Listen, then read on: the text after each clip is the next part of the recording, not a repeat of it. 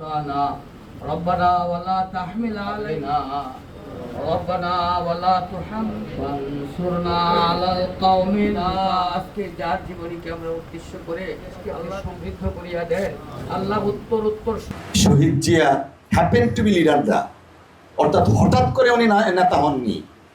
আবারও আমি বলছি, নেতা বলতে শুধুমাত্র আপনারা রাজনৈতিক নেতাই বুঝবেন না, সমাজের সর্বক্ষেত্রে আমাদের লিডারশিপ দরকার। আজকে দেখেন আমাদের মাননীয় প্রধানমন্ত্রী কত চেষ্টা করছেন দেশকে নিয়ে।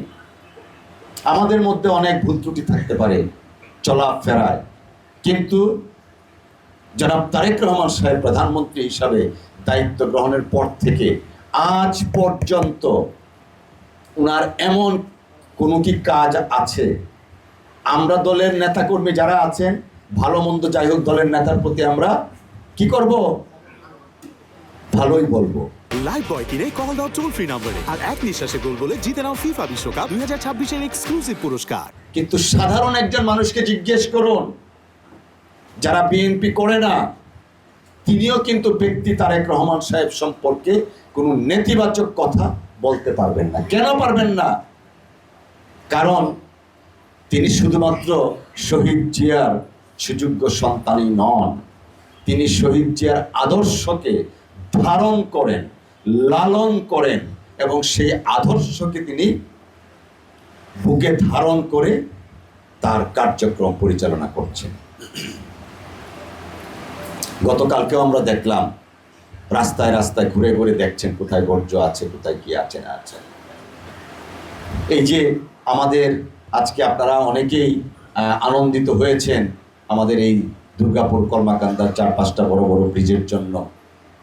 তিনি অত্যন্ত সদয়ভাবে একদম ডেকে উনি এই তালিকাটা একনেকের বৈঠকে যেন উপস্থাপিত হয় তিনি করেছেন, এবং পাশ হওয়ার সাথে সাথে তিনি আমাকে জানালেন, তুমি তোমাদের যারা ভোটার জনগণ তাদেরকে জানায়া দেও। তখন পর্যন্ত সরকারি ঘোষণা হয় নাই, তিনি আমাকে জানায়া দিচ্ছেন যে এটা অনুমোদিত হয়ে গেছে।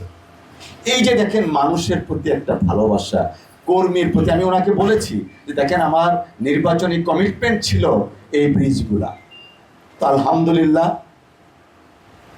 আমাদের নির্বাচনী কমিটমেন্ট যা ছিল আমরা চেষ্টা করছি পর্যায়ক্রমে সেগুলাকে বাস্তবায়ন করার জন্য।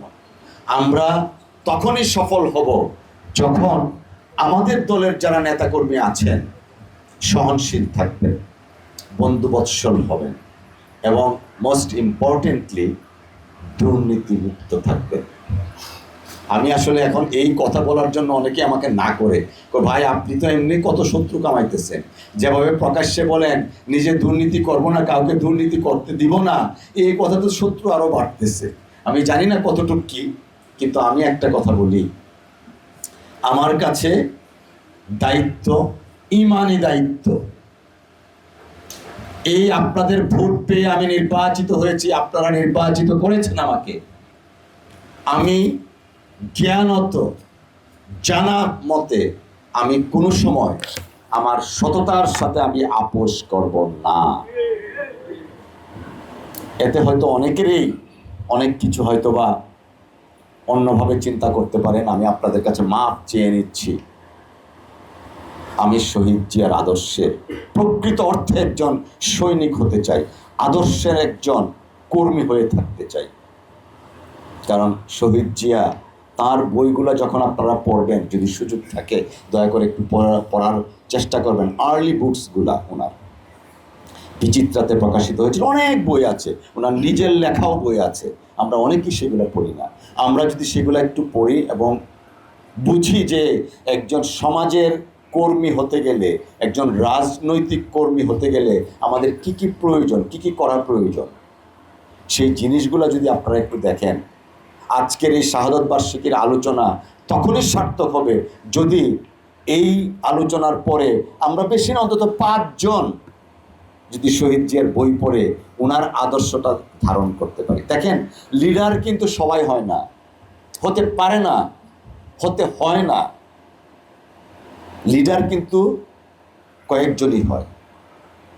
সে লিডারশিপটা যদি নিতে চান কেউ, লিডারশিপ যদি নিজের লিডারশিপ যদি নিজে তৈরি করতে চান, শহীদ জিয়া আপনার কাছে একজন উদাহরণ। আমরা বক্তৃতায় নয়, কাজে কর্মের মাধ্যমে এক একজন শহীদ জিয়া হই। আমরা বক্তৃতায় বলি এক জিয়া লোকান্তরে লক্ষ জিয়া ঘরে ঘরে। আমাদের লক্ষ জিয়ার দরকার নেই। সমাজে বা এক একটা গ্রামে যদি এক একজন জিয়া থাকে তাইলেই কিন্তু যথেষ্ট।